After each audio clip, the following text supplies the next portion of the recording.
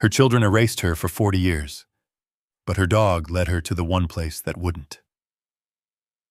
At 74, Evelyn Carter sat on a curb with a plastic bag holding everything she owned. The community center doors had just closed behind her, and no one noticed, except the German shepherd, who refused to leave her side. That night, when he pulled her toward a forgotten road by the sea, she had no idea he wasn't just looking for shelter. He was leading her to a truth buried beneath a cliffside cottage no one wanted. If you were in her place, would you have followed the dog into the dark? Tell me honestly. The plastic bag hit the concrete with a dull, hollow sound. It didn't bounce. It just folded in on itself, thin and tired, like it had already been used too many times. For a moment, no one picked it up. No one even looked. Evelyn Carter sat on the low stone ledge outside the community center, her hands resting loosely in her lap. She didn't reach for the bag right away. She simply watched it, as if it had fallen there on its own, as if it didn't belong to her. The glass doors behind her were locked now. A paper notice had been taped to the inside. Black letters on white, sharp and official. She had read it once, then again. Then she stopped reading it altogether. The meaning didn't change no matter how many times she looked. No overnight stays. No exceptions. A man inside had said it quietly, almost kindly. He hadn't raised his voice. He hadn't needed to. He had simply stood there with his hands folded, waiting for her to understand. And she had. Now she sat outside in the fading light, with everything she owned in that bag at her feet. And cars moved along the street in front of her, steady and indifferent. A bus passed, its windows glowing warm for a second before it disappeared around the corner.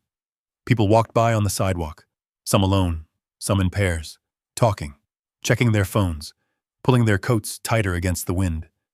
No one stopped. No one slowed. No one asked if she was all right. Evelyn lowered her eyes at last and leaned forward, her fingers brushing the thin plastic. It crinkled under her touch. She opened it carefully, like there was something fragile inside, though she already knew exactly what was there.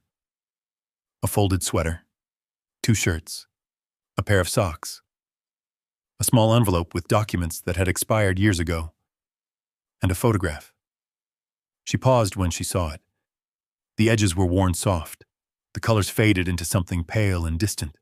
A younger version of herself stood in the center, her hair darker, her posture straighter. 2 children stood beside her, one on each side. They were smiling. She didn't touch the photo for long, just enough to confirm it was still there. Then she slipped it back into the bag. The wind shifted, colder now, moving in from somewhere beyond the buildings. It caught the loose strands of her gray hair and lifted them gently before letting them fall again. Evelyn pulled her coat tighter around her shoulders, though it didn't do much. Beside her, a large German shepherd sat still. Rex didn't move when the bag dropped.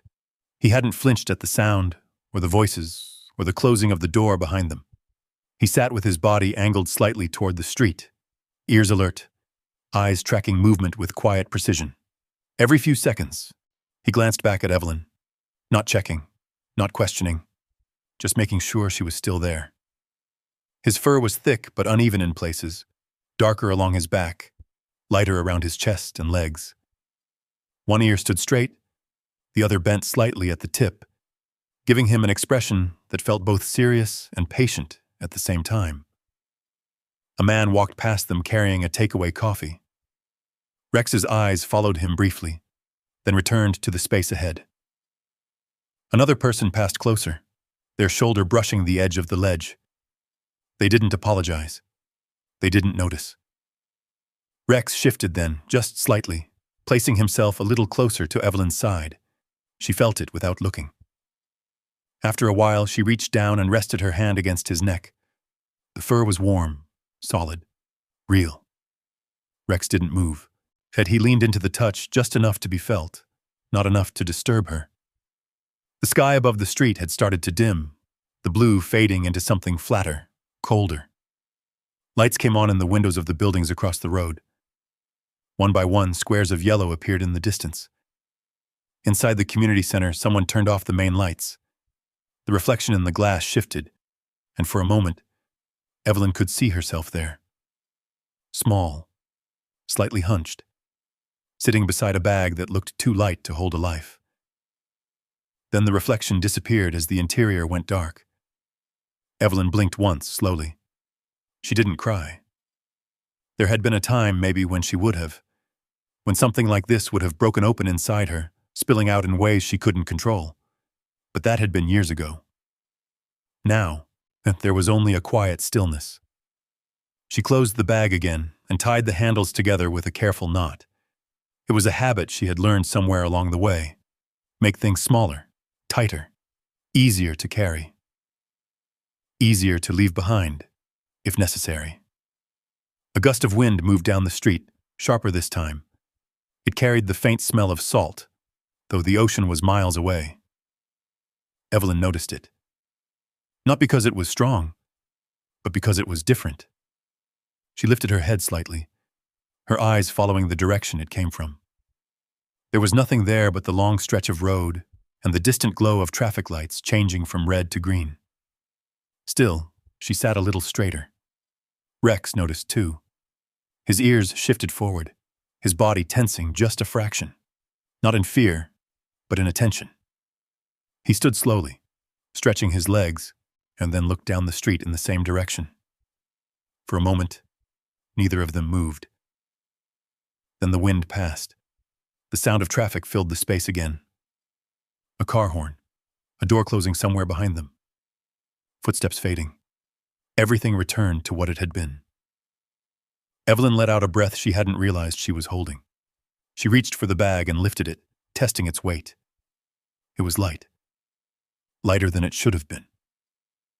She stood carefully, her knees stiff, her balance shifting for a second before settling.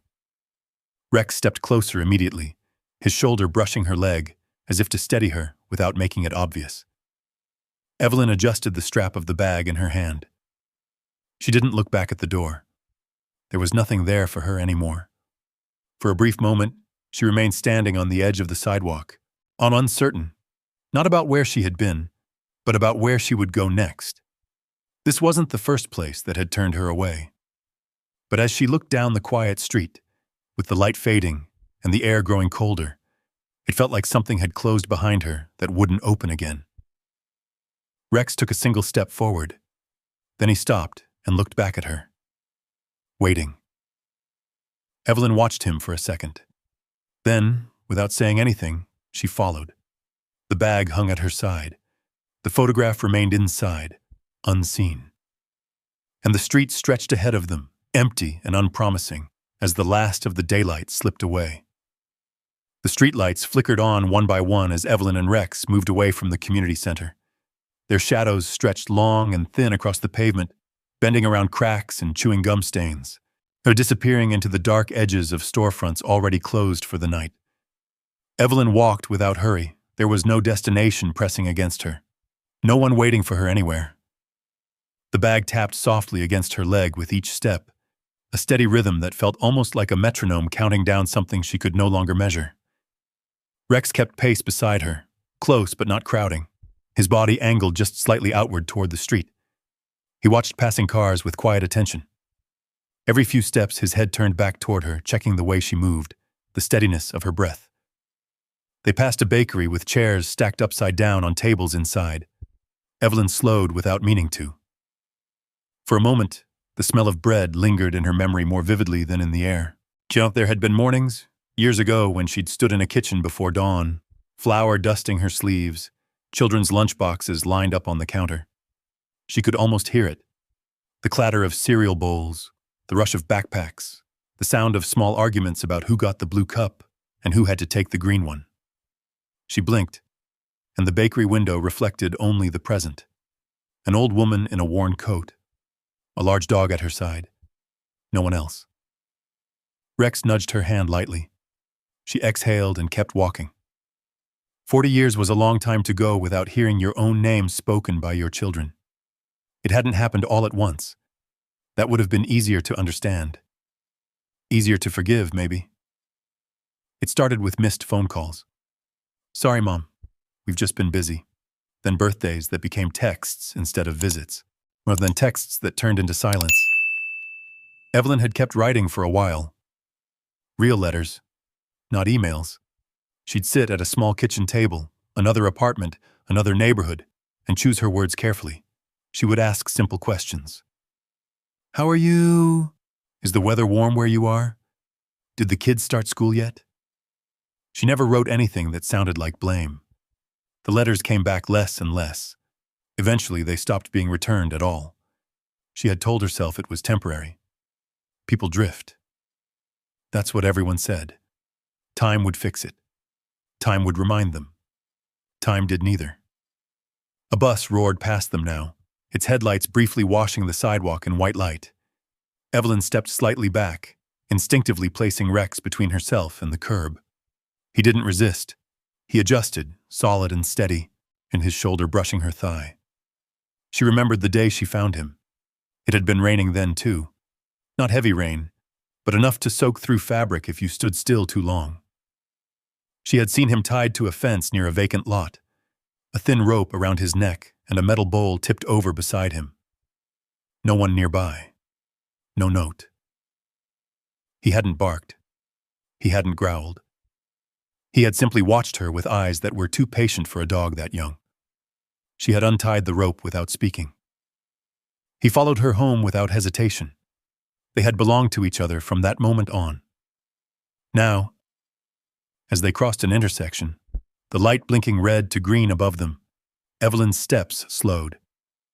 The rhythm of her walking began to mirror the rhythm of her memories.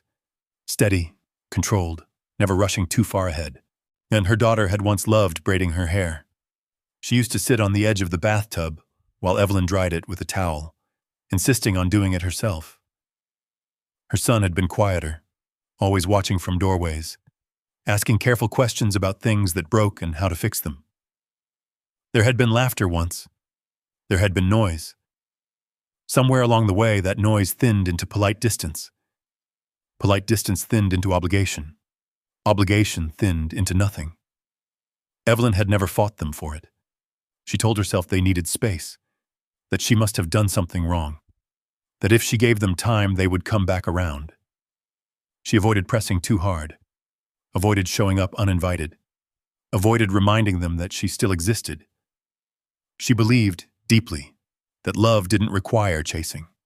She hadn't realized that silence, stretched long enough, could become permanent. They reached a small public park near the edge of town. The benches were empty, except for a teenager hunched over his phone at the far end. The trees stood bare against the darkening sky, branches etched like veins across the fading blue. Evelyn lowered herself onto one of the benches carefully. Her knees protested, but she didn't make a sound. The bag settled at her feet again. Rex circled once before lying down beside her, his body angled outward, head resting on his paws, but eyes still open. The park lights hummed faintly above them. She stared ahead at nothing in particular. There had been one final phone call years ago. She could still hear the tone in it, measured, distant, almost rehearsed. Mom, it's just easier this way. Easier for whom? She had wondered afterward, but she hadn't asked. She had placed the receiver back in its cradle gently, as if setting something fragile down for the last time. A breeze moved through the park now, rustling the branches overhead. Rex lifted his head slightly, then relaxed again when nothing followed. Evelyn reached into the plastic bag and touched the edge of the photograph once more, not pulling it out this time, just confirming its presence. 40 years was enough time for children to build entire lives elsewhere. Careers, houses, families. It was also enough time for a mother to become a story they no longer told. Rex shifted and rested his head lightly against her shin. She looked down at him. You stayed, she murmured, barely above a whisper. His ears flicked at the sound of her voice. Well, he didn't need to understand the words. He understood enough. The sky had gone fully dark now, the last trace of daylight swallowed by the city glow. Somewhere beyond the park, traffic continued its steady pulse, people moving from one place to another with certainty about where they belonged. Evelyn sat still for another minute. Then she pushed herself up from the bench, gripping the edge for balance. Rex stood immediately, alert but calm. She picked up the bag again. 40 years of silence had led her here. Not to this park, not to this night specifically, but to this version of herself. Quieter, smaller, lighter. She didn't know where she would sleep. She only knew that she would keep moving. Rex fell into step beside her once more, and together they walked out of the park and back onto the road. Now the space between them and the rest of the world stretching just wide enough to fit the life she had left. By the time the night settled fully over the town, Evelyn had reached the edge of the commercial district.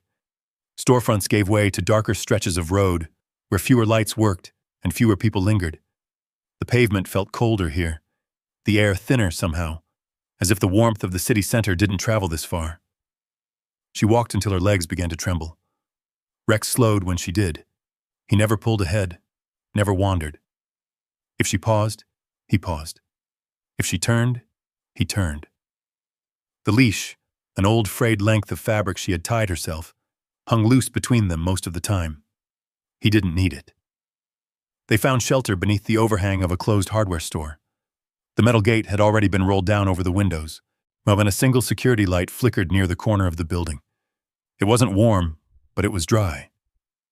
Evelyn lowered herself carefully to the ground, leaning her back against the cool brick wall. The bag settled beside her again.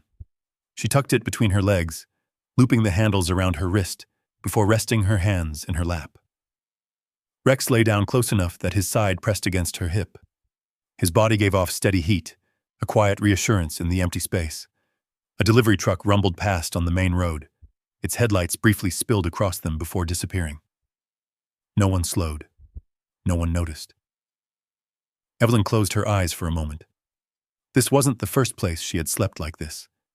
There had been a church hallway once, narrow and echoing, with rows of folding chairs stacked against the walls. She had been allowed to stay 2 nights. On the third, a volunteer with tired eyes had told her gently that the shelter was full. There had been a women's dormitory near the bus station. Cots lined up side by side, the smell of detergent and exhaustion hanging in the air. She had kept to herself, folding her blanket neatly every morning, never asking for more than what was given. When her allotted time ended, she had packed without complaint. It wasn't cruelty that followed her. It was limitation. Resources stretched thin, beds reserved for families with children, priority lists, waiting lists, forms she didn't quite understand. She had become good at reading faces, the subtle shift in someone's expression when they realized she had nowhere to go, the careful tone people used when they explained rules she could not bend. When Rex shifted slightly and raised his head, ears pricked, 2 men approached from the far end of the sidewalk, laughing too loudly for the hour. Their voices carried sharp and careless. One of them glanced toward Evelyn as they passed. "Got a dog, at least," he muttered. They kept walking. Rex didn't bark. He didn't growl. He simply watched them until they were out of sight, his body angled protectively between Evelyn and the open sidewalk. She rested her hand on his back. "I know," she whispered. The night deepened. The hum of traffic faded into a distant murmur. Somewhere nearby, a door slammed. A car alarm chirped once and then went silent again. Evelyn's thoughts drifted the way they often did when she had nowhere to be. Not to dramatic moments, not to arguments or scenes of anger, just to small, ordinary memories. She and her son, at 12, sitting at the kitchen table with a math worksheet, brow furrowed in concentration. Her daughter at 15, slamming a bedroom door because she wasn't allowed to stay out past 10. There had been tension, of course. What family didn't have that? But nothing that seemed large enough to break the thread completely. And yet, over time, the thread had frayed anyway. She had tried to visit once, years ago. She remembered standing on a front porch she'd never seen before, a suitcase at her side. The house had been large, painted a clean shade of gray. A car she didn't recognize parked in the driveway. No one answered the door. She had left before anyone needed to ask her to. Rex's breathing slowed beside her. Evelyn leaned her head back against the brick and looked up at the strip of sky visible above the overhang. A few stars managed to pierce through the city glow. She didn't blame her children out loud. She never had. Blame required anger, and anger required energy she no longer carried. What she felt instead was something quieter, a gradual thinning of presence, like fading ink on paper. The next morning arrived without ceremony. The sky lightened slowly from black to slate gray. The security light clicked off. Early commuters began appearing on the sidewalk, coffee cups in hand, earbuds in place, eyes fixed forward. Evelyn stood before most of them noticed her. She smoothed her coat, adjusted the bag, and gently untangled the strap from her wrist. Rex rose with her, stretching his front legs long before shaking once and settling into readiness. They moved again. The town in daylight looked less harsh but no more welcoming. Shop windows reflected her image back at her. Small, moving steadily, always slightly out of place. She found a public restroom near a park and washed her face in cold water, cupping it carefully in her hands. She combed her fingers through her hair and straightened her coat as best she could. Rex waited outside the door, sitting upright and still, watching everyone who walked past. When she emerged, a woman paused a few steps away, eyeing the dog. "He's beautiful," the woman said. "Thank you," Evelyn replied softly. The woman smiled, then continued on her way. That was the extent of the exchange. They reached the edge of town by late afternoon, where buildings thinned and the road widened into something less defined. The wind carried a faint scent of salt again, stronger now than the night before. Evelyn noticed it, but didn't linger on it. She was focused on the immediate, finding somewhere to sit before her knees began to ache too badly. They passed a boarded-up gas station, its pumps wrapped in plastic. The lot behind it was empty except for weeds pushing through cracked asphalt. Evelyn paused there, scanning the area. No trespassing signs, no obvious cameras. She stepped behind the building, out of view from the road. Rex circled the space once before settling down near her feet. She sat against the wall again. The afternoon light slanted low across the lot, casting long shadows that merged into each other until everything felt like one continuous shape. Evelyn pressed her back against the cool surface and let her eyes close briefly. She was tired, yes, but it was more than physical. It was the exhaustion of moving through spaces that never quite made room for her. Rex leaned closer. His presence was not loud, not demanding, just constant. In a world that had gradually erased her, he remained undeniable. A car slowed briefly on the road beyond the lot, then sped up again. No one came looking. No one called her name. The day moved forward without marking her in it at all. And as the light shifted again toward evening, Evelyn gathered the bag once more, stood carefully, and stepped back onto the road. Still unseen, still moving, her only witness padding quietly beside her. The wind had changed. It carried a sharper edge now, colder than the afternoon before. The sky above the thinning town stretched wide and pale, clouds moving low and fast as if being pushed somewhere urgent. Streetlights became fewer. And houses sat farther apart. The pavement narrowed. Evelyn followed the same instinct she had followed every evening since losing her last room. Head toward familiar territory. Toward the main roads. Toward places where there were lights and benches, and at least the illusion of safety. Rex walked beside her, steady. They reached a fork in the road, just past an old roadside diner that had been closed for years. One direction led back toward town, the route she knew. The other curved toward the coastline, where the land sloped down and disappeared into darker terrain. Evelyn didn't hesitate. She turned toward town. The leash tightened. She stopped. Rex had planted his paws firmly on the pavement, muscles locked, body angled toward the coastal road. His ears were forward, eyes focused on something beyond what she could see. "Oh, come on," she said gently, giving the leash a soft tug. He didn't move. Cars passed occasionally behind them, headlights flashing briefly across his coat, illuminating the sharp line of his stance. He wasn't frightened. He wasn't distracted. He was certain. Evelyn frowned slightly. "Rex?" She stepped toward town again. He resisted. Not violently, not aggressively, just enough to hold his ground. For a moment, irritation flickered through her exhaustion. She didn't have the energy for stubbornness. The town meant light. It meant familiarity. It meant not wandering into the dark with no plan. But Rex turned his head slightly, meeting her eyes. There was something in his expression she had learned to recognize over the years. Not fear, not curiosity, purpose. He shifted one step toward the coastal road, and was pulling just enough to suggest direction. The wind rose again, stronger now. It came from the direction he was facing. Evelyn hesitated. Her knees ached. Her shoulders burned from the weight of the bag. The idea of walking into deeper isolation went against every instinct she had left. But what had familiarity brought her so far? A closed door, a metal gate, a sidewalk that didn't notice when she lay down. She looked down the coastal road. It was narrow, fewer lights. No houses visible from where she stood. Just the faint suggestion of open land, and the distant sound of something she couldn't quite place. Maybe waves. She exhaled slowly. Just a little, she murmured. She shifted her grip on the bag and allowed him to lead. The moment she stepped toward the coastal road, the tension left his body.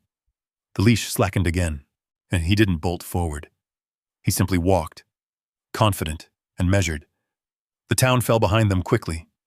The road sloped downward, then leveled, then curved sharply along a stretch of land that felt wider and emptier with every step. Streetlights disappeared altogether.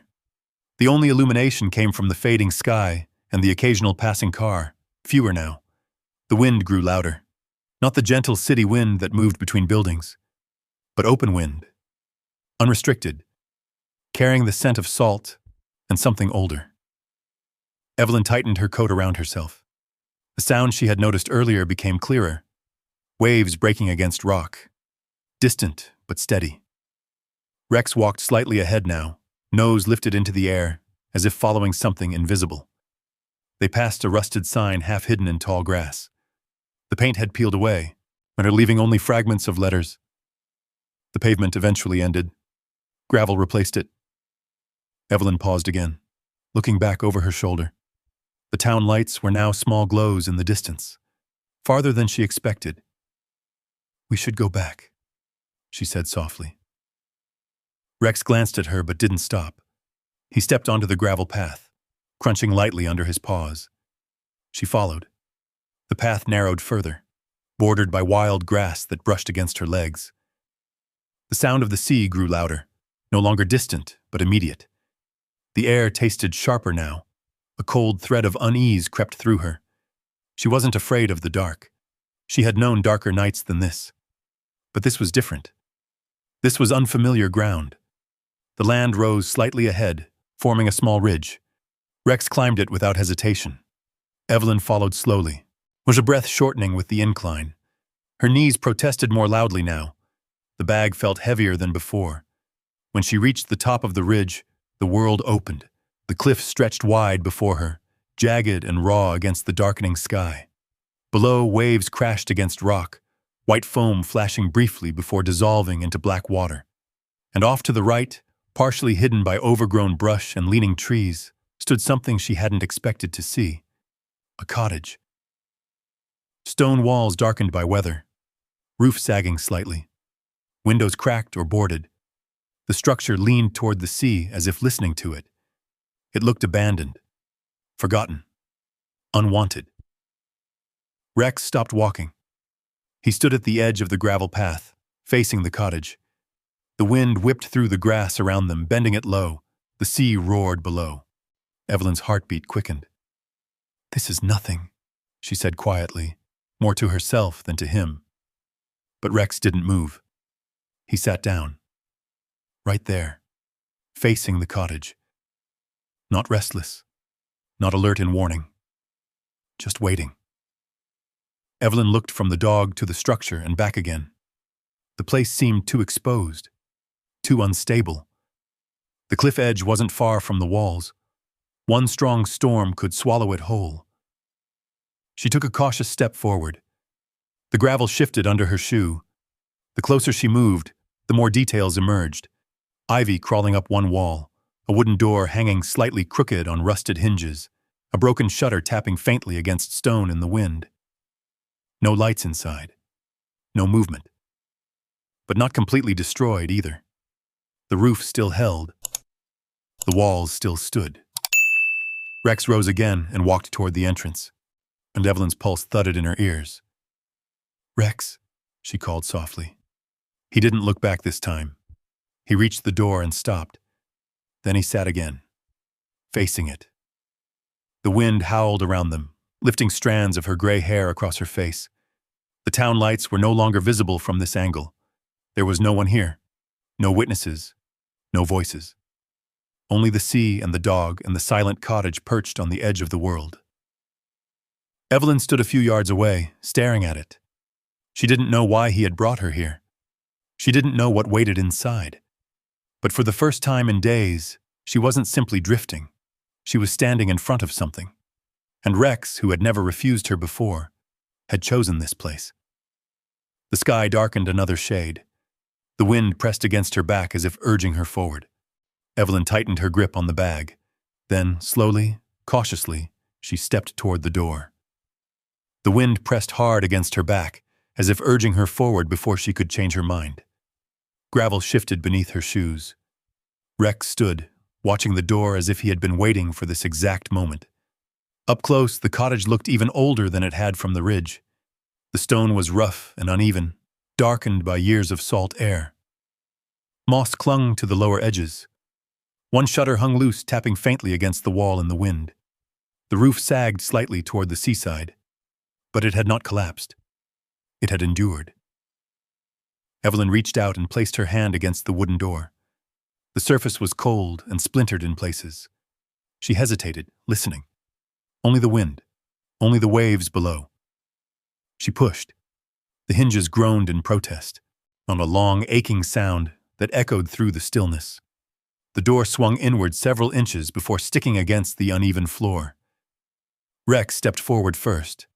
He crossed the threshold, without fear, nose low, tail steady, not tucked, not high, simply alert.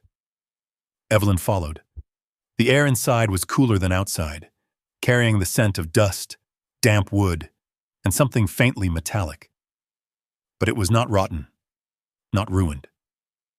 Moonlight filtered through cracked glass, casting pale shapes across the floorboards. The space was small, just one main room visible from the entrance. A wooden table stood near the far wall. 2 chairs, mismatched but upright. A narrow sofa with faded fabric still intact. A bookshelf leaned slightly to one side. Dishes sat in a cabinet with one door hanging open. It did not look abandoned in chaos. It looked left, or as if someone had meant to return. Evelyn closed the door behind her as far as it would go. The latch caught loosely. It wasn't secure, but it was something. The wind outside softened to a muffled hum once the door was mostly shut. Rex moved slowly around the room, sniffing corners, pausing near the sofa, then near the hearth at the far end. There was an old stone fireplace, blackened but not broken. A small stack of wood rested nearby, dry enough to suggest it hadn't been exposed to rain. Evelyn set the plastic bag down near the table. Her knees trembled slightly, not from fear, but from the long day. She stood still for a moment, letting her eyes adjust further. The moonlight revealed dust suspended in the air, drifting gently. No footprints other than her own and Rex's marked the floor. Once she walked toward the table and ran her fingers lightly across its surface. Dust coated her skin, but the wood beneath felt solid, not collapsing, not crumbling. The sea roared below the cliff, louder now that she was aware of how close it truly was. The sound filled the silence rather than breaking it. Rex returned to her side and sat, not facing the door, facing her. Evelyn looked down at him. "You picked this?" she asked softly. His ears flicked. The cottage did not feel welcoming exactly, but it did not feel hostile either. It did not push her out. She walked slowly toward a narrow hallway leading from the main room. 2 doors, one slightly ajar. She pushed the first open. A small bedroom, a narrow bed with a thin mattress still on its frame, a quilt folded neatly at the foot, a single window facing the sea, a glass cracked but intact enough to keep most of the wind out. The second door led to what must have been a kitchen. Small sink, rusted but connected to pipes, cabinets mostly empty. She returned to the main room. The structure groaned suddenly as a gust of wind struck the cliffside. The sound echoed through the beams, deep and low. Evelyn froze. Rex lifted his head, but did not react with alarm. The sound came again, slower this time. Not sharp, not violent.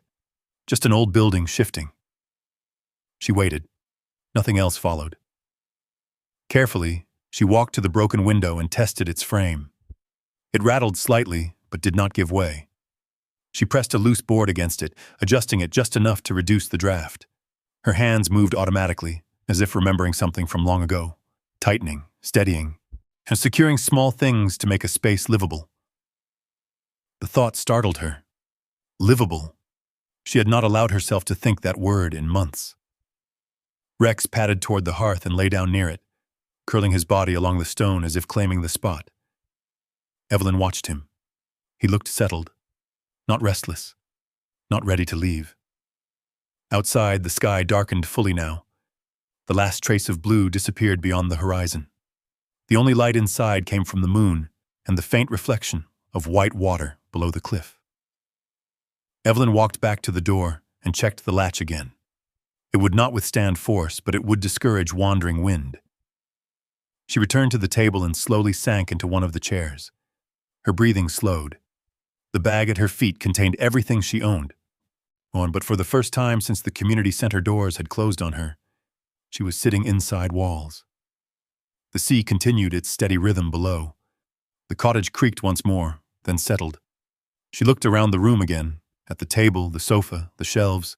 This place had been unwanted long enough for dust to gather thick and unchallenged, yet it still stood.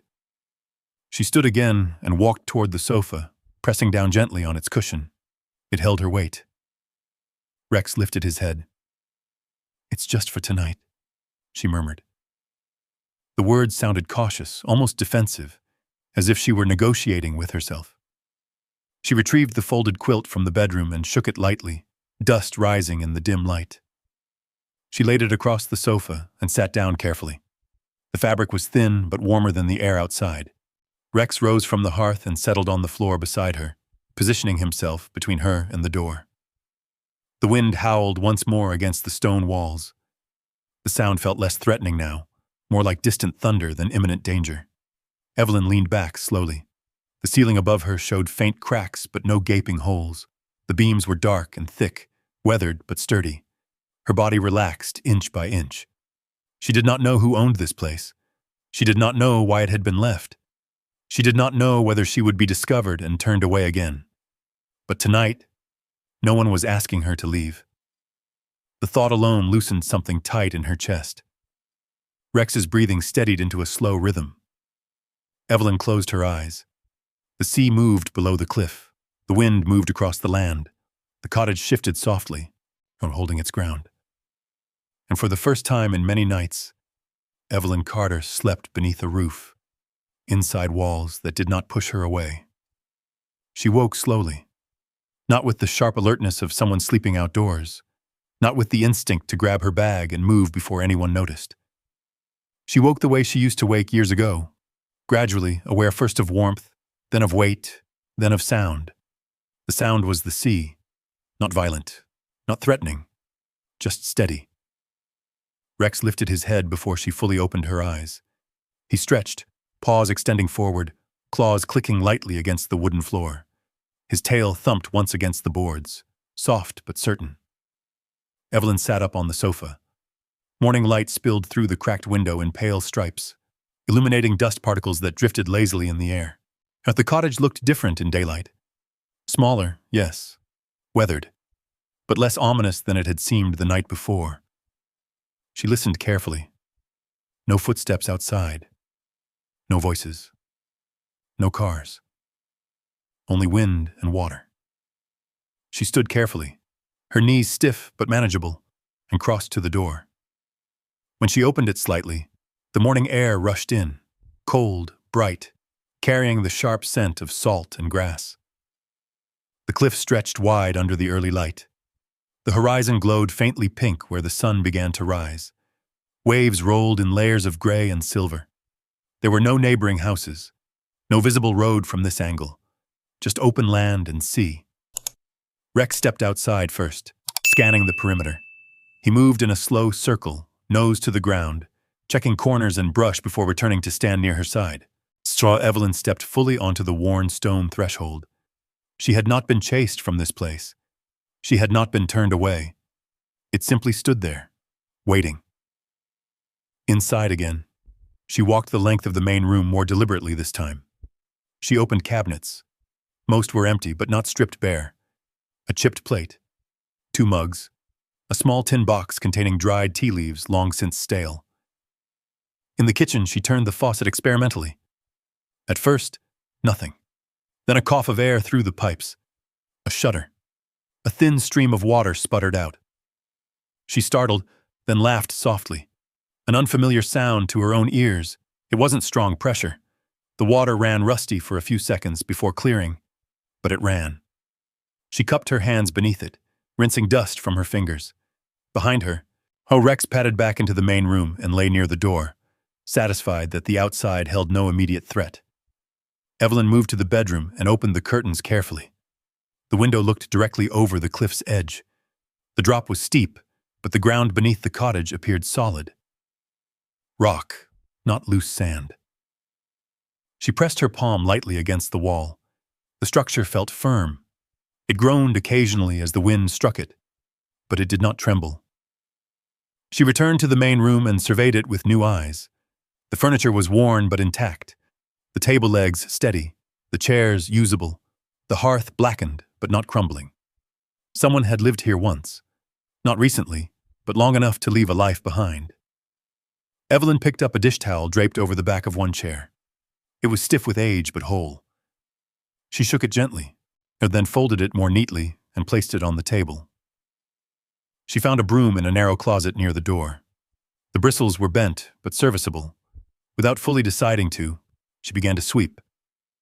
Dust gathered in slow arcs across the wooden floor.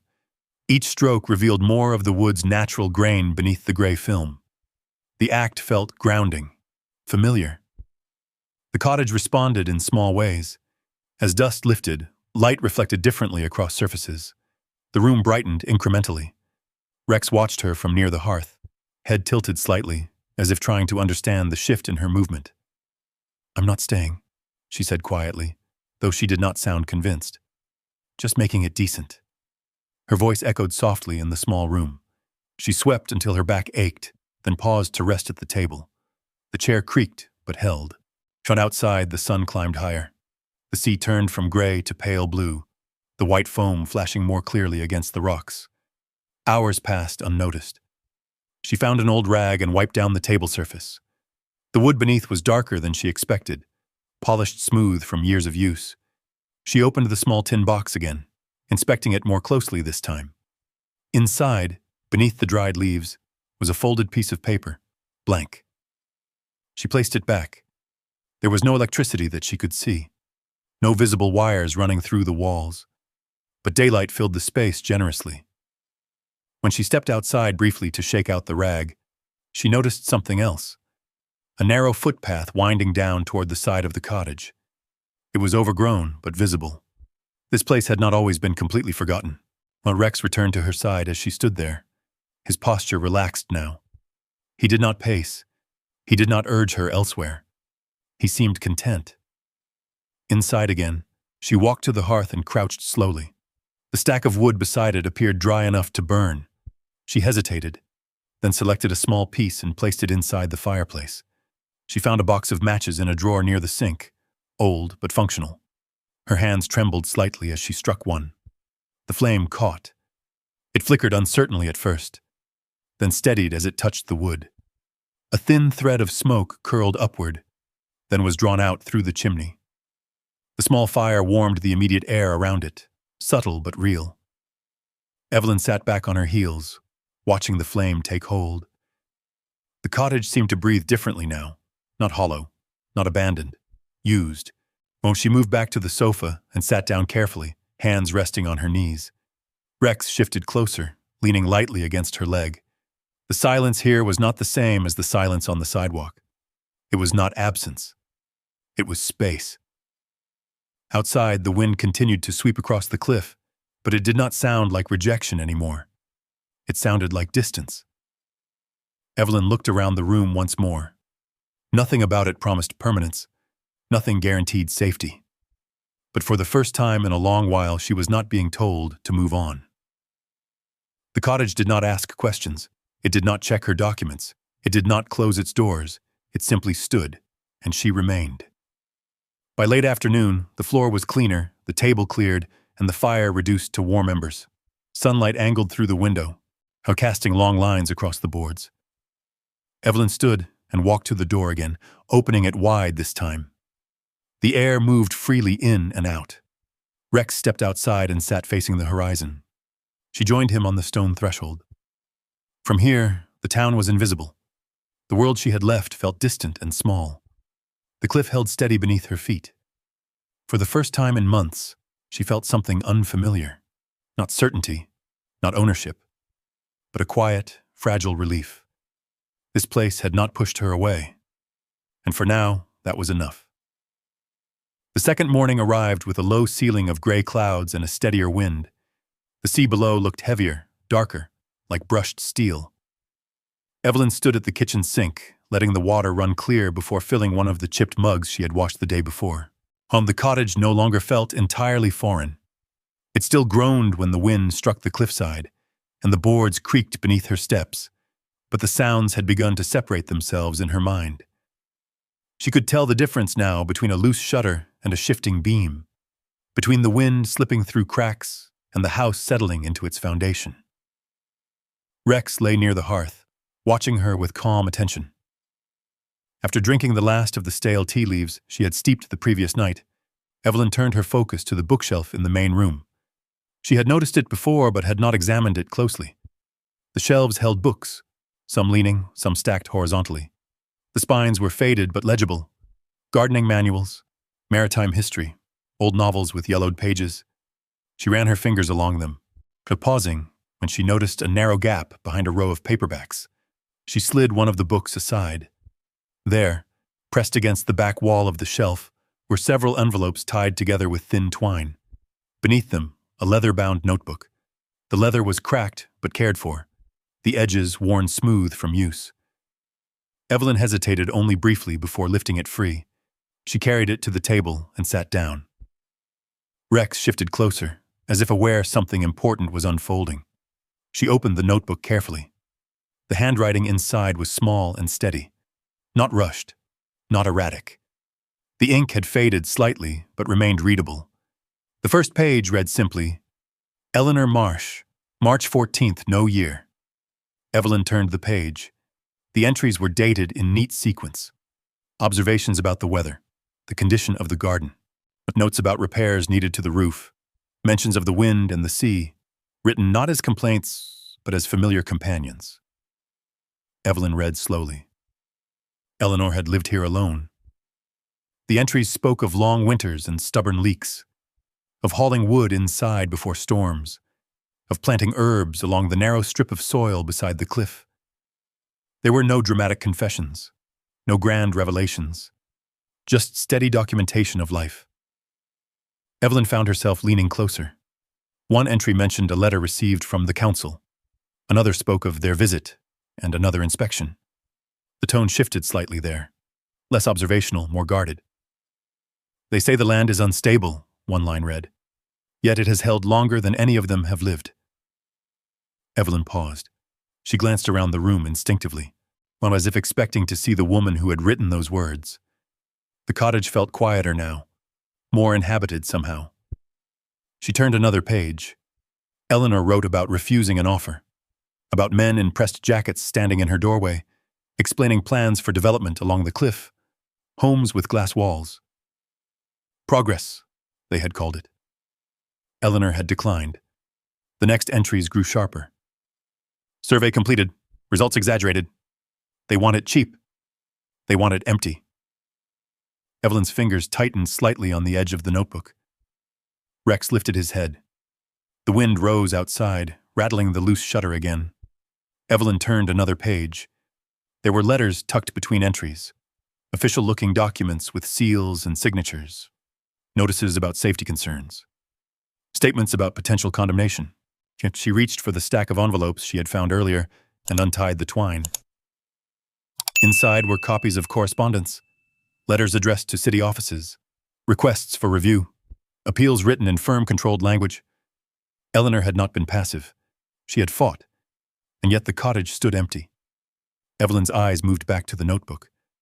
One entry near the end caught her attention. "I will not leave," Eleanor had written.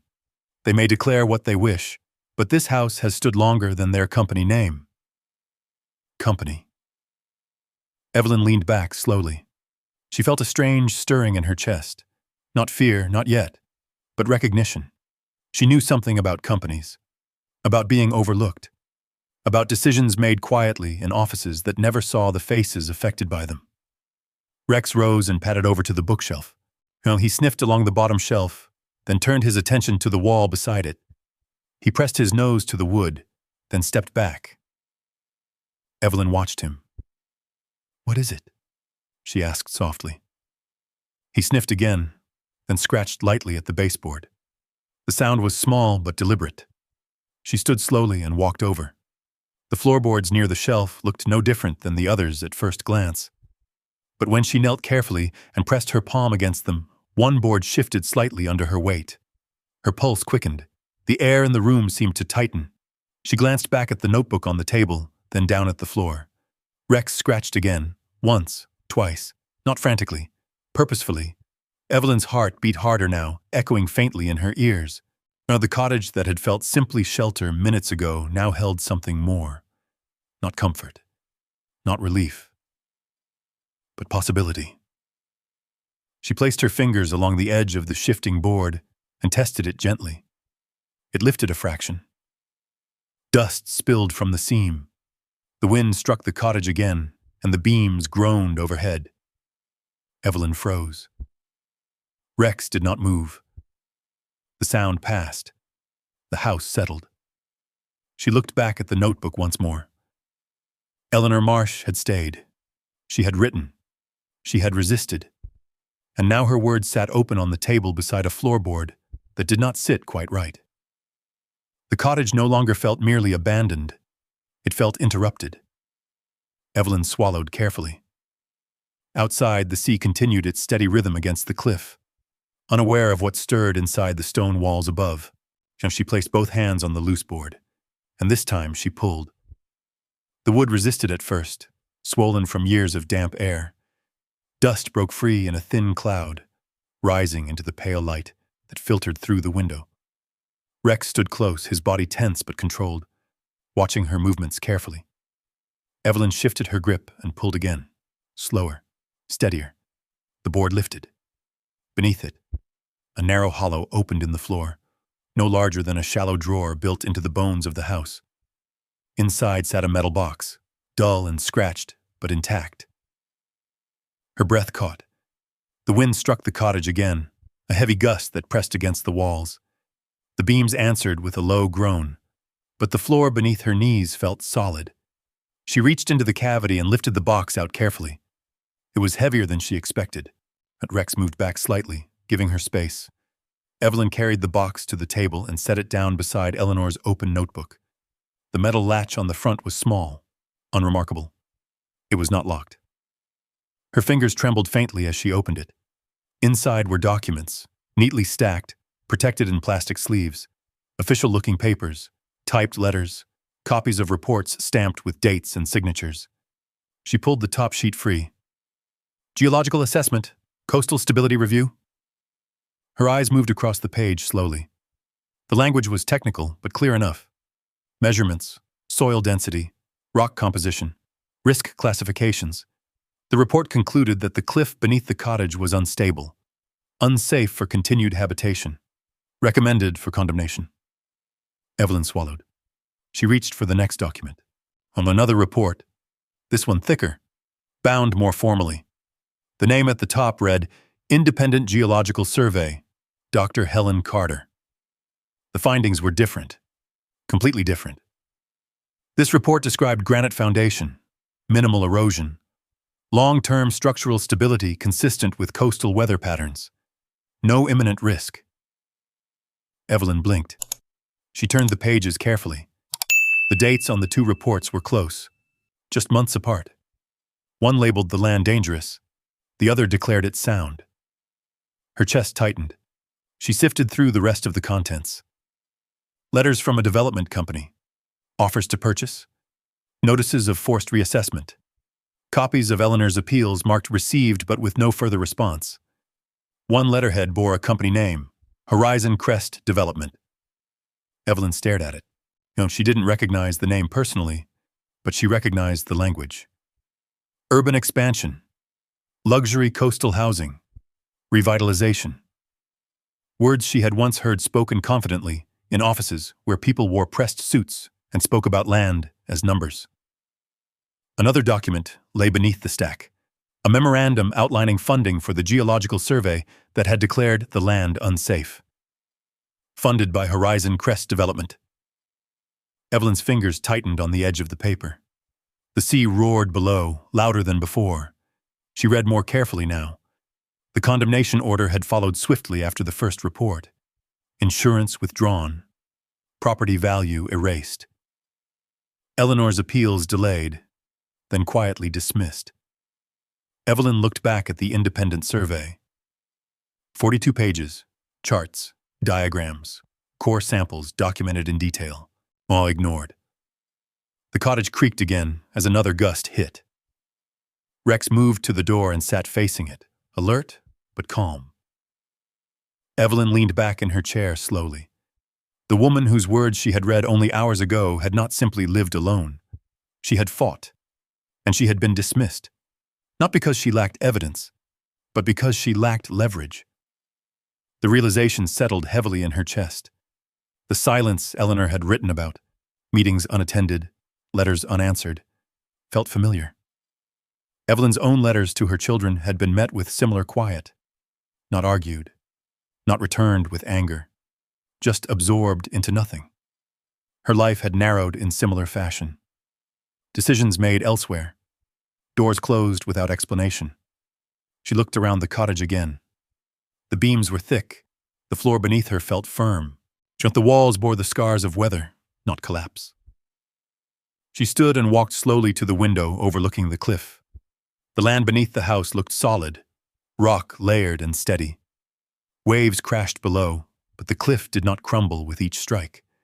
She pressed her palm lightly against the wall again. It did not tremble.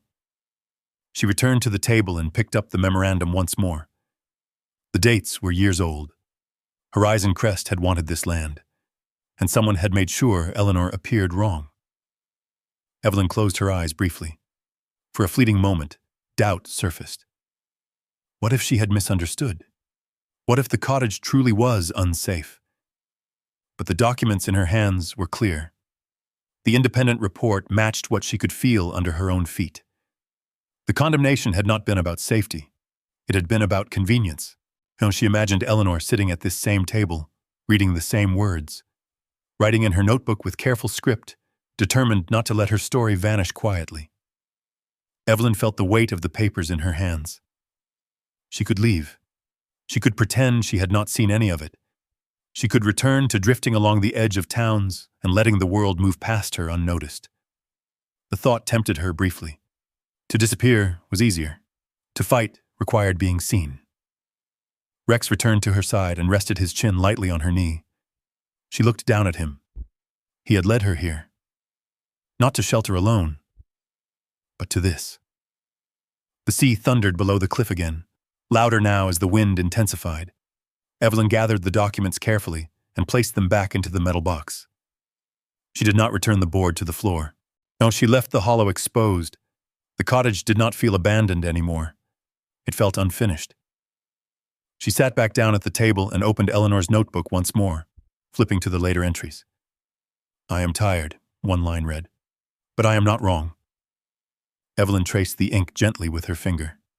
Outside, the horizon darkened as clouds thickened over the water. Inside, something else was shifting. This place had not simply given her shelter. It had handed her a truth buried beneath its own floor. And for the first time in years, Evelyn did not feel invisible. She felt implicated. The wind struck again, rattling the loose shutter against the wall. Rex did not flinch. Neither did she. The wind battered the stone walls again, but the cottage held firm. The sound no longer startled Evelyn, and it blended into the rhythm of the sea and the creak of timber, a language the house seemed to speak fluently. She remained seated at the table, Eleanor's notebook open in front of her, the metal box resting beside it. The papers inside felt heavier now, not because of their weight, but because of what they meant. She read more carefully this time. Eleanor had documented every visit, every conversation, dates, names, phrases spoken during inspections. She had written about the council meetings where she had been given 5 minutes to speak, about the polite smiles that never turned into action. They nodded, one entry read. They thanked me for my concern. The next line was underlined twice. They did nothing. Evelyn closed the notebook gently. The words did not feel dramatic. They felt precise. She knew that kind of silence. Oh, it was not loud. It did not slam doors. It did not shout. It simply absorbed everything you offered and gave nothing back. She had lived inside that silence for 40 years. Letters sent, calls made, invitations extended. They're busy. They have their own lives. That's just how things are now. She had repeated those explanations to herself until they became part of her breathing, but the result had been the same. No one came. No one answered. No one corrected the story that she had become unnecessary. The wind softened briefly, and the cottage grew quiet. Evelyn stood and walked slowly to the doorway, stepping outside onto the stone threshold. Rex followed immediately, positioning himself beside her. The cliff stretched out wide and indifferent. Waves struck the rock below in steady intervals. The land beneath the cottage appeared solid, unmoving. She looked down along the cliffside, studying the layers of stone. There were no visible cracks, no collapsing edges, no recent erosion that suggested imminent danger. The report calling this place unstable felt detached from the reality under her feet. Just like the explanations she had been given for her children's distance had never quite aligned with the love she remembered giving. The sky darkened further as clouds thickened. A storm was moving in slowly from the horizon. Evelyn wrapped her coat tighter around herself. She could leave. That thought surfaced again, clearer this time. The cottage was not legally hers. The documents inside the metal box proved there had been a fight over it. A company had wanted the land. They had declared it unsafe to make it worthless. Now, if they were still interested, if someone discovered she was here, she could be removed just as easily as Eleanor had been dismissed. She imagined another closed door, another polite explanation, another stretch of road with no place to sit. Rex stepped slightly in front of her, his body angled outward toward the open land, not guarding against something visible, just present. Evelyn looked at him.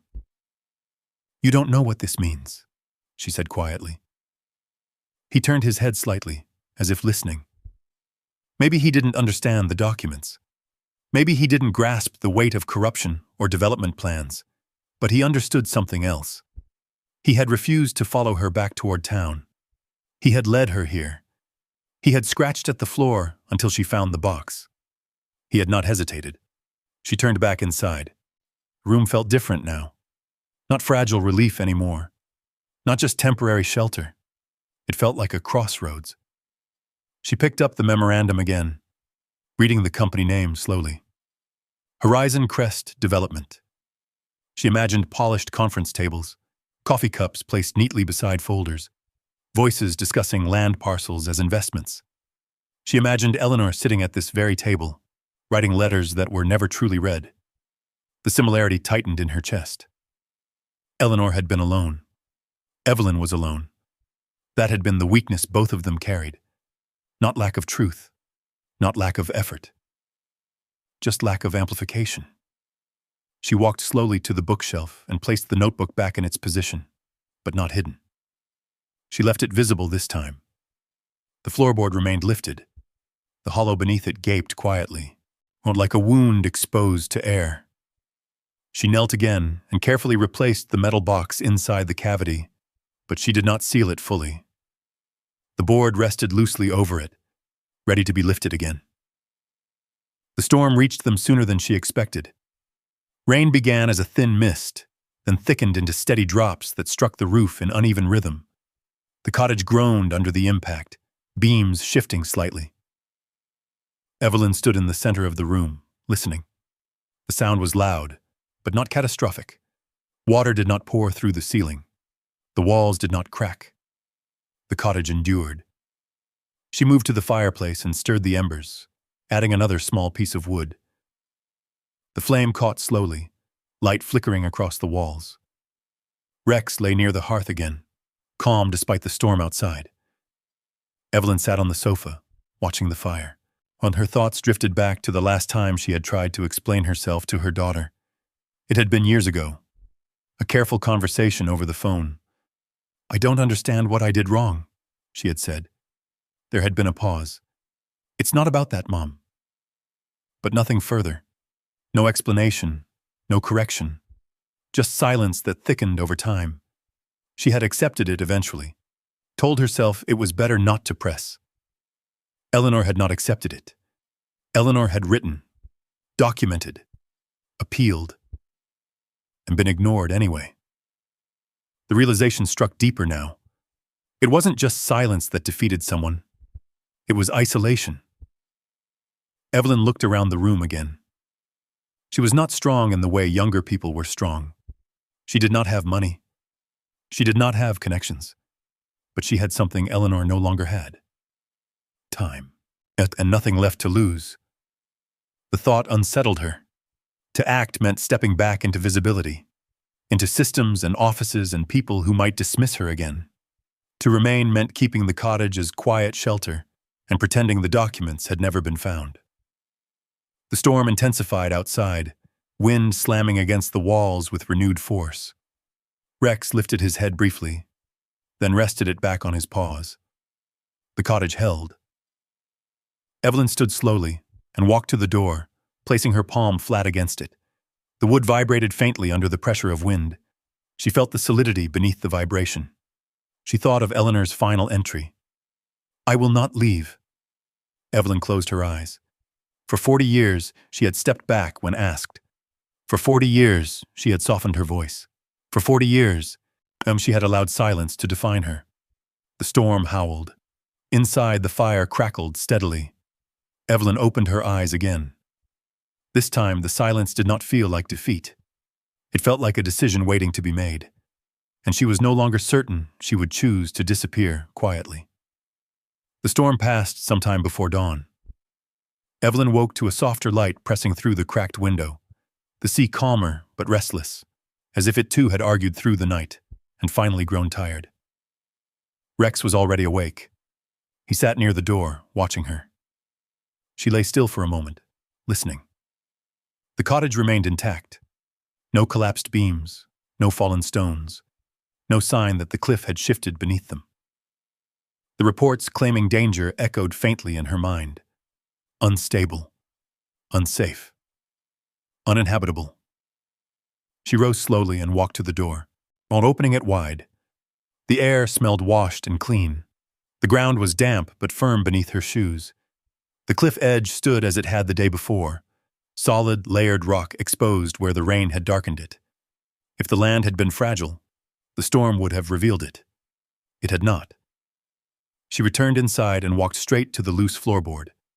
This time she lifted it without hesitation and retrieved the metal box. She placed it on the table and began organizing the documents carefully. The Independent Geological Report, the memorandum showing Horizon Crest's funding, copies of Eleanor's letters. Her movements were deliberate. Rex lay quietly beside the table, watching her hands. When she finished stacking the papers neatly, she wrapped them in a cloth and placed them inside her plastic bag. But the bag no longer felt like the last of her belongings. It felt like something else. By mid-morning, she stood at the threshold of the cottage once more, looking down the gravel path that led toward the distant road. "You coming?" she asked softly. Rex stood immediately. They left the cottage as they had entered it, quietly, without ceremony. But this time she did not feel like she was drifting. She felt directed. The walk back toward town felt longer in daylight. The coastal road curved sharply along the edge of the land, wind sweeping across it in steady currents. Cars passed occasionally, their drivers glancing briefly at the elderly woman and the German shepherd walking with purposeful strides. Evelyn did not lower her eyes. When they reached the fork near the abandoned diner, she did not hesitate. She turned toward town. But the town looked the same as it had days before. Brick buildings, faded signage, narrow sidewalks. But something in her posture had changed. She was not searching for shelter this time. She was searching for a door. It did not take long to find it. A small storefront near the main street bore a modest sign in the window. Coastal Ledger, local news and community reports. The window displayed old editions of the paper clipped neatly to a board. Stories about town council meetings, weather damage, school events. Evelyn stood outside for a moment, studying her reflection in the glass. 74 years old, wind-worn coat, plastic bag in hand, German shepherd at her side. She pushed the door open. A small bell above it chimed.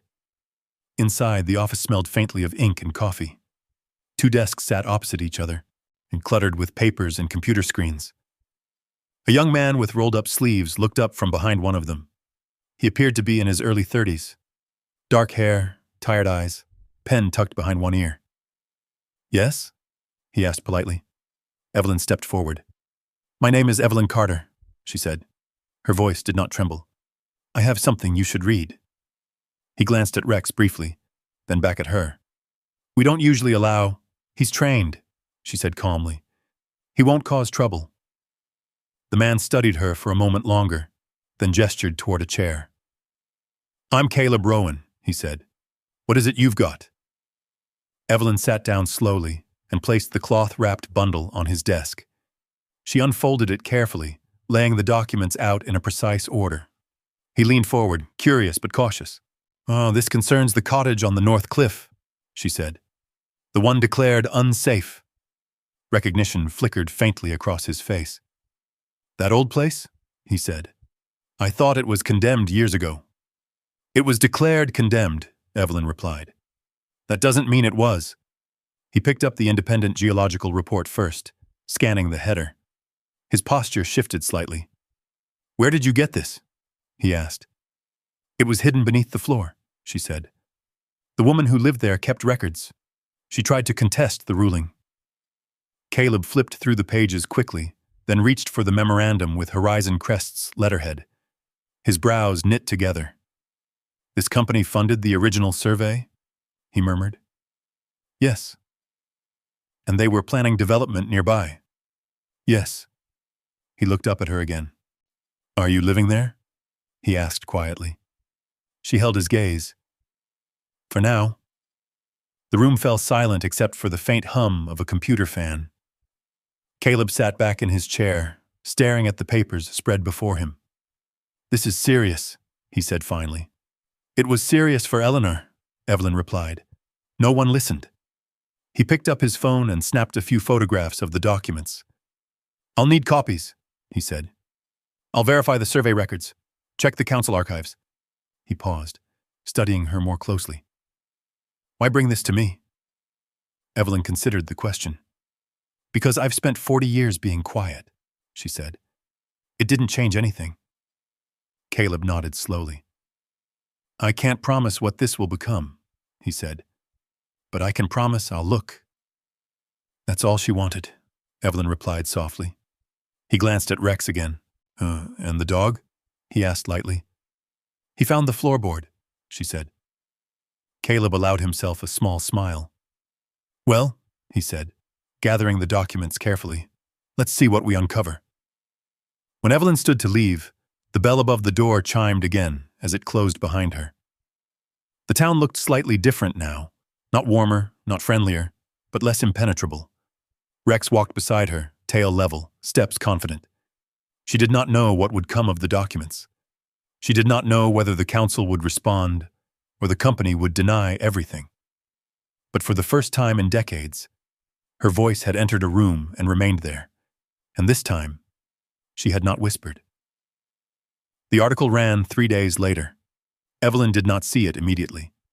She had returned to the cottage after her visit to the newspaper office, uncertain whether Caleb Rowan would follow through or quietly set the documents aside. She resumed small tasks, securing the loose shutter, sweeping rainwater from the doorway, stacking driftwood near the hearth. But she felt the waiting. Each passing car on the coastal road made her glance up. Each unfamiliar sound made her pause. On the fourth morning, as she walked down toward town to purchase matches and a loaf of bread from the small market, she noticed something different. People were looking at her, not with pity, not with avoidance, with recognition. A woman near the bakery window held a folded newspaper in her hand and stared openly as Evelyn passed. Two men outside the hardware store were speaking in low voices, the word cliff catching the wind and drifting toward her ears. Rex walked calmly beside her, unaware or unconcerned. She reached the market and stepped inside. On the counter near the register sat a stack of newspapers. The headline stretched boldly across the front page. Condemned or convenient? Questions surround cliffside ruling. Below it, a photograph. The cottage, her cottage, captured from the road, wind whipping around its stone frame. Evelyn's breath caught. She lifted a copy slowly. The article was thorough. Caleb had outlined the conflicting geological reports. He had cited funding records connecting Horizon Crest development to the initial survey. He had referenced archived council documents showing delays and ignored appeals. Eleanor's name appeared in print for the first time in years. So did Evelyn's. Not in accusation, in testimony. She found the records hidden beneath the floorboards, the article read. Mrs. Carter, currently residing at the property, brought the documents forward after discovering discrepancies in the original condemnation. Residing. The word struck her gently but firmly. The clerk behind the counter cleared his throat. Didn't know anyone was still up there, he said carefully. Someone is, Evelyn replied. She paid for the paper and stepped back outside. The town felt smaller somehow, as if the article had folded its edges inward. By the time she returned to the cottage, 2 vehicles were parked along the coastal road near the gravel path. One bore the logo of a regional news station. The other displayed the seal of the county. Her heart beat faster. Rex's posture shifted, alert but steady. As she approached, a woman in a windbreaker stepped forward, holding a clipboard. Mrs. Carter? She called over the wind. Evelyn stopped a few feet away. Yes. We're conducting a site review, the woman said. An independent assessment. Evelyn's gaze moved past her toward the cottage. 2 men were already walking around its perimeter, examining the foundation along the cliffside. The woman extended her hand. I'm Dr. Samuelson, she said. We've been asked to review the original geological findings. Evelyn nodded once. I'll stay out of your way, she replied. She stepped aside as the team continued their work. The assessment lasted hours. They drilled small core samples from the rock near the base of the cottage, measured the incline, studied erosion patterns along the cliff. Rex remained beside Evelyn the entire time, watching but not interfering. The wind swept across the open land, tugging at coats and hair. Waves struck below, indifferent to human disputes. As the sun began to lower toward the horizon, Dr. Samuelson approached Evelyn again. We'll finalize the written report, she said. But I can tell you now, there's no immediate instability. The rock formation here is primarily granite. Surface erosion, yes. But structurally, solid. Evelyn's fingers tightened slightly around the folded newspaper in her hand. You're certain? She asked. As certain as science allows, Dr. Samuelson replied. The vehicles departed before dark. The cliff remained. 2 days later, the council announced an emergency session. The article had spread beyond town. Regional outlets picked it up. Public questions mounted. From Horizon Crest, development issued a brief statement denying wrongdoing, but offered no further clarification. Evelyn did not attend the meeting in person. She listened to the broadcast on a small battery-powered radio Caleb had brought her the evening before. The council chamber buzzed with unfamiliar tension. Voices overlapped. Papers shuffled. Then a vote. The condemnation order was formally revoked pending permanent reassessment. Further investigation into the original survey's funding was announced. Evelyn sat at the table inside the cottage as the words filtered through static. Rex lay at her feet, chin resting on his paws. Outside, the wind was calm. The radio crackled again. The property on North Cliff Road is hereby removed from condemned status, effective immediately. Silence followed in the chamber. Applause. The broadcast faded into commentary. Evelyn turned the radio off. She remained seated for several long seconds, listening not to the radio now, but to the quiet within the cottage. It felt different. Not fragile relief, not hesitant uncertainty. Something steadier. She stood and walked to the door, opening it wide. The cliff stretched before her, unchanged. The sea moved in its endless rhythm. The land had spoken, not with words, with evidence, with endurance. Rex stepped forward beside her, tail lifting slightly in the breeze. Below, the rock held firm. Behind her, the cottage stood unmoved. For the first time since she had stepped through its crooked doorway, the place no longer felt temporary. It felt defended, not by force, by truth. Evelyn stood on the stone threshold, shoulders straight, wind brushing her face. But the town might debate. Companies might deny, but the land itself had refused to collapse under false claims. And now, neither would she. The days after the council's announcement unfolded quietly. No more official vehicles climbed the gravel path. No more reporters waited near the road. The urgency that had stirred the town gradually settled into something calmer, more permanent. The condemnation order was formally rescinded in writing the following week. Caleb Rowan brought a copy himself, folded carefully inside a weatherproof envelope. He stood at the threshold of the cottage, wind pressing his jacket flat against his shoulders. "It's official," he said, handing her the document. "They've removed it from the registry. Oh, the development permit's been suspended indefinitely, pending investigation." Evelyn accepted the paper without ceremony. "Thank you," she said. Caleb glanced past her into the cottage, where the fire burned steadily in the hearth. "You planning to stay?" he asked. Evelyn looked around the room. At the table she had wiped clean, the bookshelf with Eleanor's notebook resting openly among the others, the floorboard now properly reseated, but not sealed. "Yes," she said simply. Caleb nodded once, then turned back down the path toward his car. After he left, the quiet returned, but it no longer felt like waiting. Spring came gradually. The harsh wind softened. The grass along the cliff began to thicken, small wildflowers pushing stubbornly through the soil. The sea shifted from iron gray to brighter shades of blue. Evelyn began to repair what she could. She patched the broken shutter with wood salvaged from the shed behind the cottage. She scrubbed the kitchen sink until the metal shone faintly. She planted herbs in a narrow strip of soil beside the wall. Rosemary, thyme, a few hardy greens. Rex followed her through each task, sometimes lying nearby, sometimes standing watch at the edge of the property. His movements were less tense now, less vigilant. He no longer seemed to be guarding against loss. He seemed to be guarding something established. One afternoon, a pair of hikers appeared on the coastal path below, their backpacks dusted with dirt from miles traveled. They paused when they saw the cottage. "Is this place open?" one of them called up politely. Evelyn hesitated only a moment before walking down the short slope toward them. "Oh, it's standing," she replied with a faint smile. They laughed lightly. They asked if there was anywhere nearby to rest for the night. The next town was several miles further along the path. Evelyn considered the spare bedroom she had cleared. Fresh sheets from the market folded neatly at the foot of the bed. "You can stay," she said. "It's simple, but it's dry." That night, the cottage held more than one story. The hikers sat at the table with mugs of tea, asking questions about the cliff and the article they had read online. They spoke about the view, about the wind, about how rare it felt to find a place that hadn't been reshaped into something commercial. Evelyn listened more than she spoke. She did not recount every detail of the council meeting or the corporate denial. She did not frame herself as victorious. She simply described the house as it was. "It's held longer than anyone expected," she said quietly. After they left the next morning, they pressed a few folded bills into her hand despite her mild protest.